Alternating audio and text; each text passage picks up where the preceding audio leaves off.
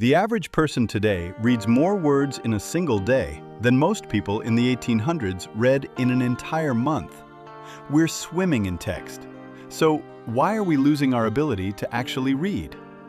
Here's the distinction that most people miss. There's a massive difference between decoding words and deep reading.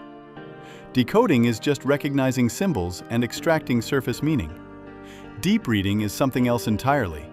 It's what happens when your brain goes beyond the words on the page and starts doing something extraordinary.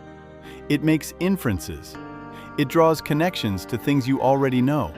It generates counter-arguments. It simulates the inner lives of characters and puts you, mentally and emotionally, inside someone else's experience. Neuroscientist Maryanne Wolf, who's probably spent more time studying the reading brain than anyone alive, calls this the reading circuit. And here's the thing, that circuit isn't built into us at birth. Unlike spoken language, which humans evolved to do naturally, reading is a technology. Your brain has to physically construct new neural architecture to do it. It rewires itself. And the kind of reading you do shapes the kind of circuit you build. When you read deeply, novels, long-form essays, dense nonfiction, you're building and strengthening a very specific set of cognitive muscles. Sustained attention, critical analysis, inferential reasoning, and empathic imagination. These aren't soft skills. They're the cognitive foundation for some of the most sophisticated thinking humans are capable of. And right now, we're letting them atrophy. Here's what's actually happening neurologically when you spend most of your reading time on short-form content: tweets, headlines, comment threads, quick summaries, listicles. Your brain is adaptive. It's always optimizing for what you ask it to do most often. When you repeatedly consume content in short bursts, scan, click, scroll, scan again, your brain starts to encode that pattern as the default. Researchers call this the formation of a shallower reading circuit. Your neurons are literally pruning the pathways you're not using and reinforcing the ones you are. UCLA neuroscientist Gary Small ran studies where they observed brain activity in experienced internet users versus people who spent more time reading traditional long-form text. The internet users showed significantly more activity in the prefrontal cortex during online scanning, the part of the brain associated with decision-making and problem-solving. Sounds good, right? Except that same hyperactivity was making it harder for those subjects to filter information, slow down, and read deeply. Their brains had gotten very, very good at skimming and less capable of everything else. Think of it like this.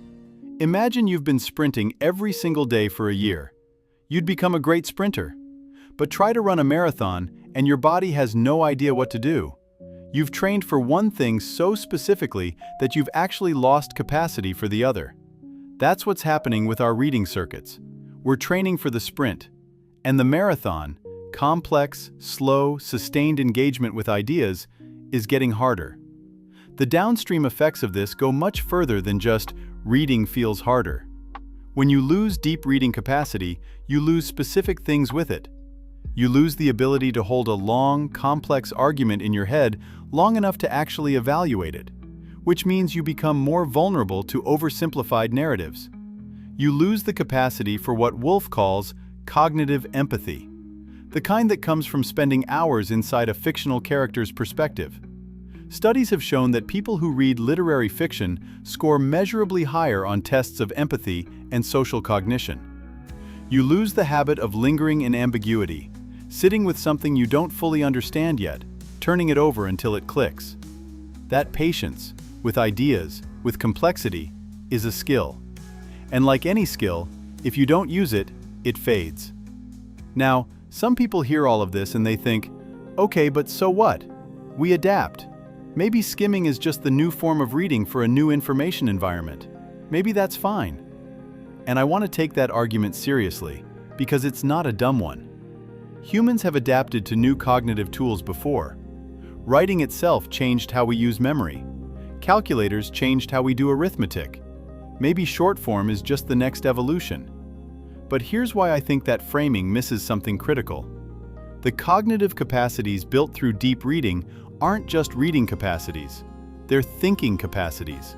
They transfer.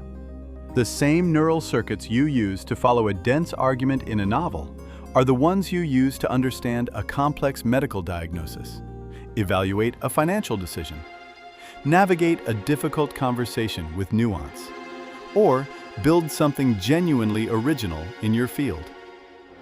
When those circuits weaken, it doesn't just affect how you read, it affects how you think. There's also a social dimension here that rarely gets talked about. Democracy, at least in theory, depends on citizens who can evaluate complex arguments, resist manipulation, and think through competing ideas with some degree of rigor. If entire populations are losing the cognitive infrastructure for that kind of thinking, the implications go way beyond personal productivity. Disinformation spreads faster when people can't or won't sit with complexity. Polarization deepens when nuance feels cognitively exhausting. These aren't unrelated trends. They may be the same trend. Okay, so that's the case for why this matters. Now let's talk about what you can actually do about it, because this isn't hopeless, and I don't want to leave you with just the problem. The brain's plasticity works in both directions. Just as it rewired toward shallow reading, it can rewire back. Maryanne Wolf actually ran a personal experiment on herself. She'd spent so much time in digital environments that she found herself unable to finish reading Hermann Hesse, an author she'd loved for decades.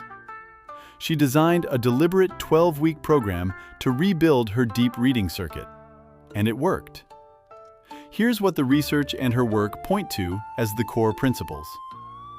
First, analog reading matters. There is mounting evidence that reading on paper produces different brain engagement than reading on a screen. Screens prime us for scanning behavior. Paper doesn't have notifications, hyperlinks, or infinite scroll. The physical book is actually a better cognitive environment for deep reading, which is why researchers like Wolf recommend doing at least some of your reading in print, especially when you're trying to rebuild the habit. Second, start with shorter, deep reading sessions and build up.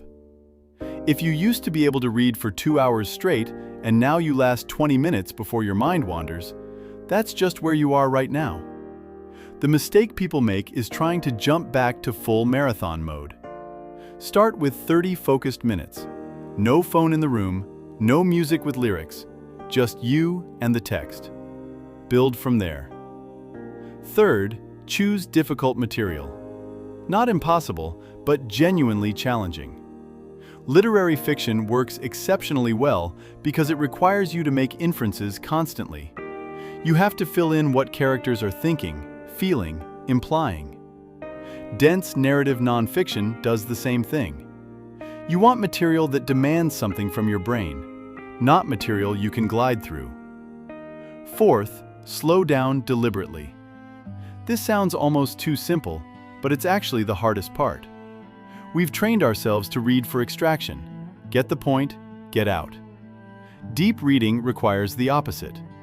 Rereading sentences, sitting with a paragraph before moving on, asking yourself what the author is actually arguing before you agree or disagree. This is a practice, and it feels uncomfortable at first because it's so different from how we normally consume content now. Fifth, protect blocks of time from fragmentation. Deep reading cannot happen in 2-minute windows between notifications. It needs sustained time. Even 45 minutes of uninterrupted reading will feel dramatically different from reading the same number of words broken up across 15 separate sessions throughout the day. Here's what I keep coming back to when I think about all of this. We talk a lot about what technology is doing for us. We talk way less about what it might be doing to us, specifically to our capacity for the kind of slow, complex, uncomfortable thinking that has historically been the source of our best ideas, our deepest understanding of each other, and our most important decisions. Deep reading isn't just a nostalgic preference for old media. It's a cognitive technology that humans developed over centuries, one that genuinely expands what the mind can do. Losing access to it, even partially, is a real cost. And the frustrating thing is, it's a cost that doesn't announce itself loudly. It just shows up quietly as a growing preference for the simple explanation over the complex one, for the summary over the source, for the hot take over the considered argument. The good news, and I mean this genuinely, is that the pathway back is not complicated. It's just reading. Slowly, intentionally, regularly. The brain is ready to rebuild. It just needs you to give it the material and the time. Deep reading isn't a luxury habit for academics or bookworms. It's one of the most powerful cognitive tools available to any of us. And the fact that it quietly erodes while we're busy consuming content is worth taking seriously. The fix isn't complicated, but it does require deliberate effort in a world that's constantly pulling you toward the shallow end. I'm genuinely curious. What does your relationship with deep reading look like right now? Are you someone who used to read a lot and has noticed it getting harder? Or have you been intentionally trying to rebuild it? Drop a comment and let me know. I read every one of them, and I actually love hearing where people are at with this stuff. Thanks for watching this one. It's a topic I find really important, and it means a lot that you stuck with it all the way through. If you found it valuable, hit the like button. It genuinely helps more people find the video. And subscribe if you haven't already, because I put out new content regularly, and this is exactly the kind of thing we dig into. You don't want to miss what's coming next. See you in the next one.